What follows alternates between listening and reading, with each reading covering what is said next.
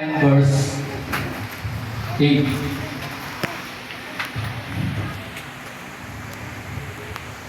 Kaya sa lahat ng bagay, higit pa sa iyong pangailangan upang may magamit kayo sa pagkakawang gawa, mga kapatid. Purihin ang Panginoon at ang pamagat ng ating topic this morning is everything you have is a God's blessing. Amen?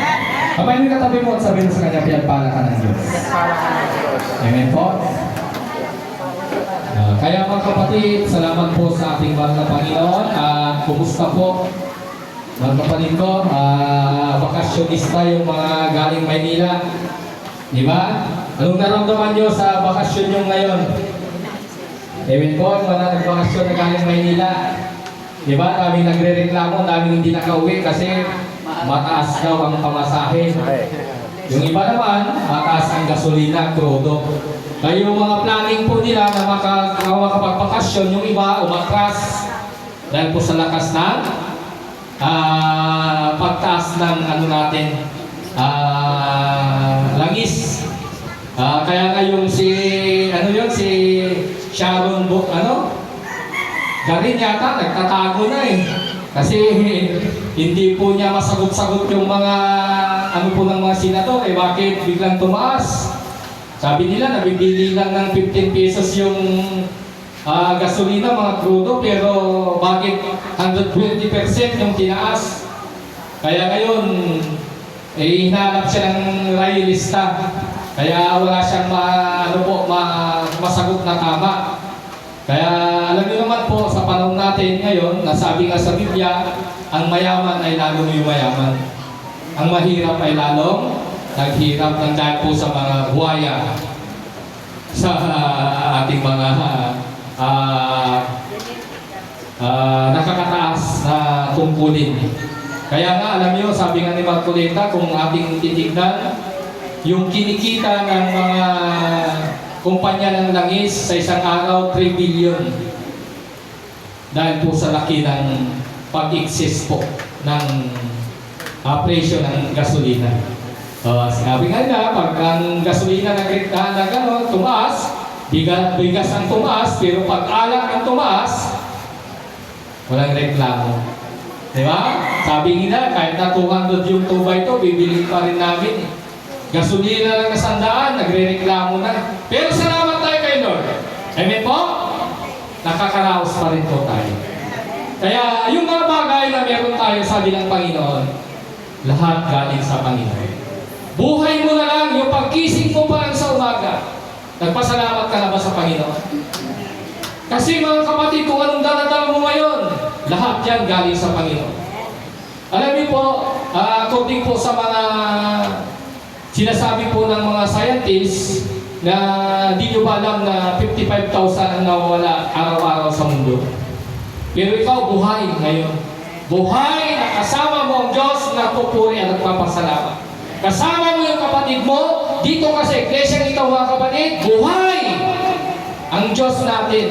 Kaya tayo mga kapatid ko, dito pa rin po tayo, kahit may gera, may crisis po yung bansa po natin, buhay pa rin ang pagpupuri natin sa Diyos dahil ang Diyos ang pagkakasa po natin.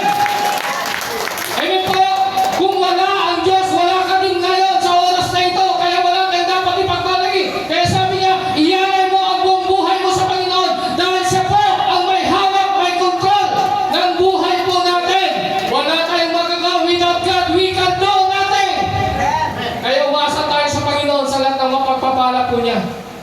Buhay mo, pagmula mga kapatid sa paglaki mo, kasi sabi ni Job, hubad tayong lumabas.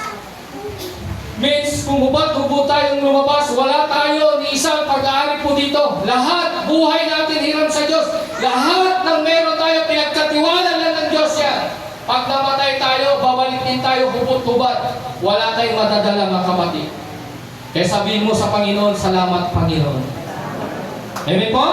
Everything you have is a God's blessing. Naniniwala pa kayo nun? Kung wala ang Diyos, wala tayong pagpapala. Anong sabi ng Panginoon? I will supply all your needs according to His riches and glory. Anong sabi niya sa Tagalog? Ang buhat na kayamanan ng Diyos na di maubos. Isusupply ng Diyos ang lahat ng iyong pangangailangan. Kaya mga kapatid, huwag kang mag-alala, hindi tayo magkukulang. Tumaas man ang bigas, tumaas man ang lahat ng presyo ng bilihin, hindi tayo pinabayaan ng Diyos, hindi ka iiwan ng Diyos, because God promised to all the Son of God. Hallelujah! Dineclare niya po yan mga kapatid na hindi niya pababayaan lahat ng kanyang mga anak. Kaya wala tayong ibang gawin kundi magtiwala tayo sa Panginoon. Sabi nga ni Brother Randy, ang Diyos ang pag-asa natin, totoo po. Pero dito sa mundo, sabi nila habang may buhay, may pag-asa. Pero mas maganda habang may Diyos ka, may pag-asa. Hindi lang may pag-asa, punong-puno ng pag-asa. Mga kapatid, kaya wala tayong ibang gawin kundi sabi niya, magagawa ng Diyos na pasaganahin kayo lahat ng bagay. Saan tayo sumagala? Una sa kalaman, karunungan mga kapatid, mga talent nag-multiply po nang dahil po sa Panginoon. Kaya wala tayong may pagmamalaki sa mundo ito mga kapatid. Lahat yan, isurrender natin kay Lord kasi una, buhay niya, binigay niya na po. Huwag tayong matakot sa gera kasi sabi niya, lahat yan ay mangyayari. Dito na po sinasabi, anong sabi po sa bansa po natin, mayroon tayong state energy emergency. Anong ibig sabihin niya mga kapatid? Kukontrolin doon mga kapatid yung mga activities po. Para makatipid ng kuryente. Yan ba kayo? Kayo bang magtipid ng kuryente? Amen pa. Mas maganda para makatipid tayo. Kaya yung cellphone, bawas-bawasan natin. Amen? Mayroon yung iba dyan, kahit naka-charge yung cellphone. Nag-online. Amen? Itulog nyo muna. Pag nag-charge ang cellphone, itulog nyo muna. Huwag gamitin na naka-charge. Kasi may mga palala kasi ngayon mainit ang panahon, baka mag-overheat po. Kasama tayo sa masabugan.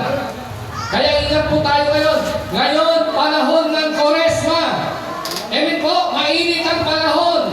Ang index po natin, bumabalo sa 40 hanggang sa 50. Yan na po yung kasalukuyan. Pero, kumusta naman yung pananampalataya natin? Paano kainit yan? 40 ba o 50? Kailangan kung gano'ng kainit ang panahon, gano'n din kainit yung ating paglilingkod.